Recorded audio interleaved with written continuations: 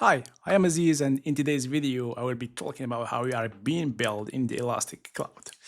So for this example, we are taking the Elastic pricing calculator, which is a way to estimate how you're going to be built or how much it's going to cost you to use one of the Elastic hosted clusters. So in this very sophisticated pricing tool, we have three sections basically. We have the deployment parameters where we can choose the cloud provider, the region, and the hardware profile. If it's storage optimized, if it's going to be deployed in AWS or Azure, or what region it's going to be deployed in. And then here we have the main thing, which is the size deployment, which means how much storage we need and how much RAM and CPU, and how we are going to organize this over the zones that we have available depending on the cloud provider that we have. And on the left here, you can see that we have the estimation here, which is the hourly one. That if you multiply it by the number of hours in a month, you will get the monthly estimation. And here you have the license that you can choose from. So we are under the impression that by playing with those parameters, we can actually come up with an estimation that would reflect how much we are going to be billed for in the end of the month. And if, for example, we choose like 30 gigabytes of storage, if we choose only 15, then we're going to be billed for 30, and we're going to pay this at the end of the month. And it's only a matter of like choosing the license. And you can see here that the license may impact the price. It may go from simple one to almost double the price, etc. But this is not why I'm making this video, because these things are obvious and you can all see him there.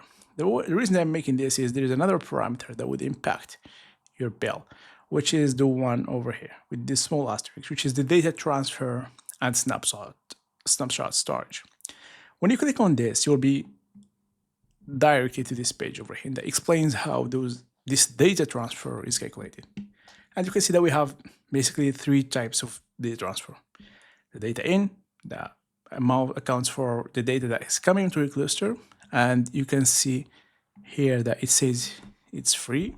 So you are not paying for the data that's coming to your cluster, but you're paying for the data that's getting out, the data that's getting out. And the data that's getting out is basically that's coming to the browser using your Kibana, or the data that you're using, or any tool that you need to extract this data from the cluster.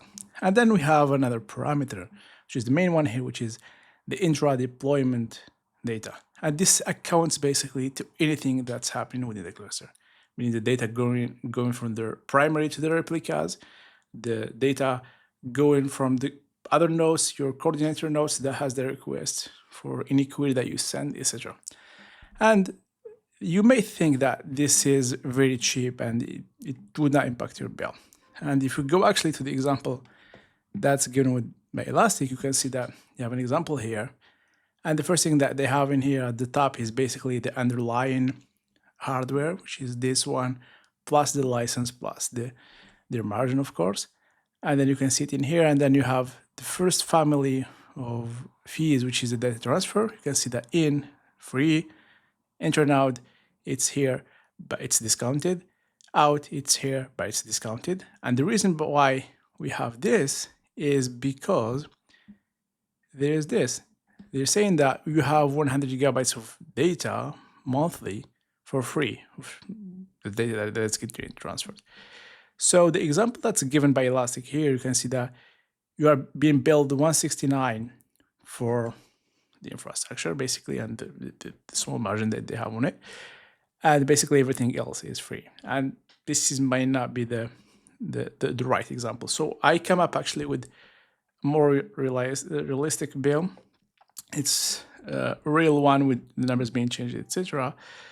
And you can see here that we have the Elastic Cloud, which is this one, and then we have the data transfer and the snapshot storage, which accounts for, if we add 21 plus 6 divided by 400, it's almost like 5 or 6%. So this might not be a big deal if you're within your tolerance, but it may be a huge deal if you are using your cluster differently and you explode this transfers, etc.